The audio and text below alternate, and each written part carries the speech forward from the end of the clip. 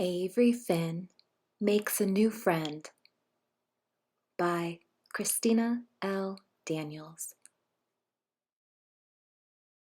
My name is Avery Finn. I am a 4-year-old cat with a handsome coat of gray and white fur. When I was first adopted, my human and I shared our house with a cat named Miss Dixie. A while back, Dixie got sick and left our family at the end of her life. My human mistress says she went to a place where she would not be sick. I miss playing with my friend, and I remember her in my heart. My human plays with me in the evenings, but she leaves her house early every day to go away for something called work. Sometimes she doesn't get home until late, and I wait in the window for her because I get lonely. Last week, she said she is searching for a new friend for us to adopt. I was adopted. This means I am special, and I was chosen to come and live with my human companion and share her home. I wonder who my new friend will be. I am excited because my new friend and I already have something in common. We are both adopted. I hope my new friend also shares my love for tackle, drop, and roll. It is my favorite game. One day, when I was busy watching birds from the windowsill, my human came into the house with a large container. From inside that container, I heard a mew. It was very soft, so I rushed forward to find out what it was. But my human was already heading upstairs with the container in her hands. I went running after her, but when I reached the bedroom door, she closed it, right in my face. I hissed. I didn't know if I liked the smell of that container she brought into my house. I really didn't like being kept away from my human and whatever was in that container. I wasn't sure I liked what was happening at all. So I laid down in front of the door and waited. Then I heard it again. Another soft mew. What was making that noise? I hissed again, feeling frightened and really wanting to see what was happening behind the door. When the door opened, my human squeezed out. I stuck my nose in to investigate the smell, but she closed the door in my face. Again. I was so mad I turned around and left. Heading downstairs, I parked myself in front of the window. The birds had all flown away, so I focused my attention on the great outdoors. I wanted to be outside more than ever. I wanted to be anywhere but stuck in a house with a strange smelling container that made funny noises. When my human found me, she sat next to me and reached out to pet my beautiful fur. I moved farther away from her. She didn't try to pet me again. Instead, she put her hands in her lap and started talking.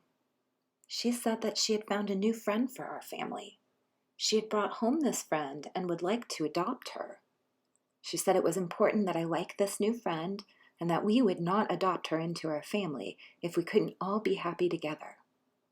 We were going to have a trial adoption, meaning that the friend would stay with us for 3 weeks. I nudged her hand to let her know I understood, but I still wanted to see what was upstairs in that smelly container. I ran upstairs to the bedroom door that was closed. I stuck my nose to the bottom of the door where there was a small crack. Whoa! A tiny paw came out from under the door and popped me right on the nose. I backed up and hissed. What was that? I heard my mistress gently laugh. Avery, that paw is attached to our new friend. Her name is Kaya. Kaya? What is going on? Why is my new friend behind a door instead of playing with me? And why did she pop me on the nose? That doesn't seem like a friendly thing to do. I'm not sure I like the new friend. For the first week, Kaya stayed behind the bedroom door. I never saw her, but I could smell her. Kaya always seemed to know when I was on the other side of the door. She would meow, and then her paw would swipe underneath the door. I had to be very careful of my nose. By the end of the week, I started to swipe my paw under the door. I could feel her tiny claws when she would touch me. She didn't know the rule of our house. We do not play with claws out. I hissed at her when she scratched me. Sometimes she tried to talk to me, but I couldn't understand much of what she said. This is because she is younger than me. Kaya is only 6 months old. My mistress calls her a kitten. A kitten is a baby cat. Even though my human sometimes calls me her baby, I am not the baby anymore. I am a young cat. During the second week, my mistress opened the door so that I could see Kaya. Kaya must have been waiting for us, because as soon as we opened the door, she tried to run out. I was standing in front of her, and her fast movement startled me. I jumped back and growled. "Urgh." She hissed and ran back into the room. My mistress closed the door. I don't think Kaya and I will be friends. Later, we tried opening the door again. Kaya was on the bed, and instead of running towards us, she just watched us. Kaya has light blue eyes. I watched her to make sure she stayed on the bed. She is really small, smaller than my old friend Dixie.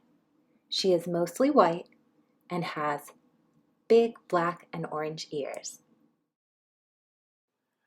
Her ears remind me of Dixie's.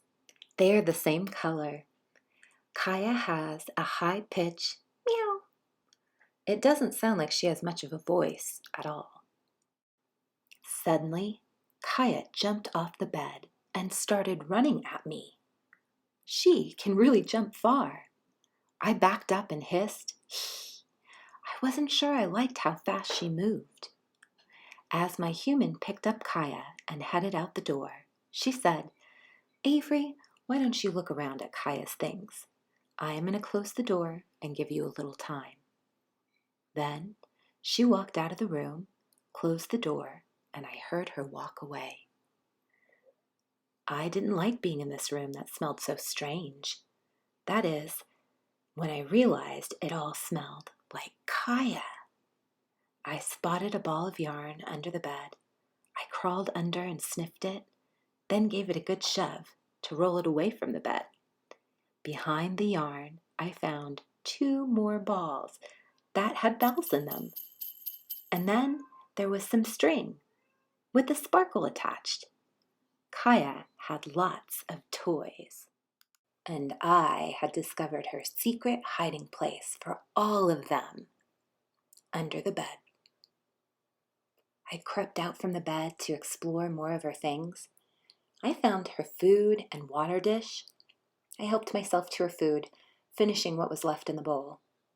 After eating, I felt a little sleepy, so I climbed on top of the bed and laid down for a nap. My mistress woke me up and carried me out of the room. Kaya was back in her room the next time I checked.